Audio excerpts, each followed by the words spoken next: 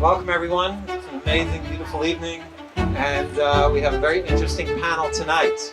We have the authors of the book Not a Partnership, a playbook for success in relationship. When you find relationship books, you think, okay, I'll open it up and browse around, and I think I read it in 2 days.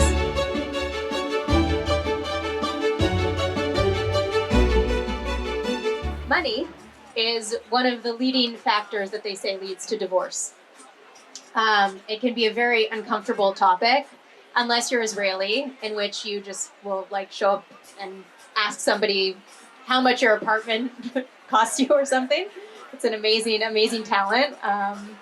But generally, it's very difficult to bring up topics on money.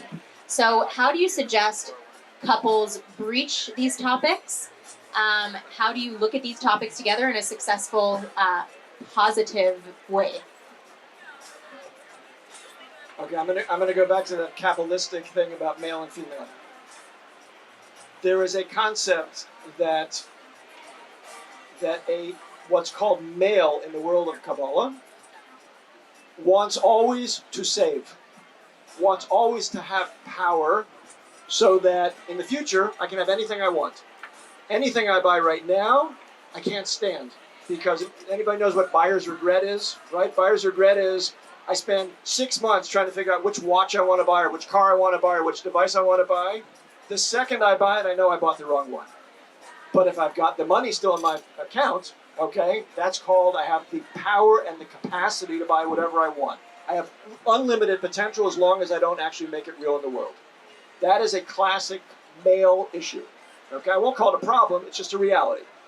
And then there's something called, what good is it to have money if you don't spend it and make it real? Okay, if you don't actually put it into place, if you don't turn it into that watch or that device or that car or that home, so what have you got? Nothing. A lot of potential, but nothing. That is the makings of most arguments in marriage about money. I want to spend it because we need to, right? We have to renovate the house, we have to buy the car, we have to do whatever. Yeah, we got to take the vacation. And the other side is basically saying no. So the first thing you have to understand, your spouse probably is on the other side of the spectrum from where you are. There's a second issue, which it almost flies in the face of many, many concepts which are out there in the world. And that is, there is such a thing as a domain. There are domains in life. One domain might be trying to figure out our spiritual direction. One domain might be managing the family funds. One domain might be how to decorate the home and how to operate the home. One domain might be how to deal with issues dealing with the kids. Now, both sides of a relationship, obviously, what happens in any of those domains, it affects everybody. But the concept is, assign those domains to give primacy to one or the other of the spouses, and you will avoid many, many, many, many fights. What's the problem? I'm cooking, and every time it's my night to cook, my wife comes in and tells me I've got too much salt in this, and I've got too much pepper on that, and I really should cook it a little bit more, and I really should. So I want to say to her, well, if it's my time to cook, so why are you telling me all these things, right? We can't, if we get always into the habit of being in the other person's business and not respecting their right to run certain things in our life, we cause all kinds of problems.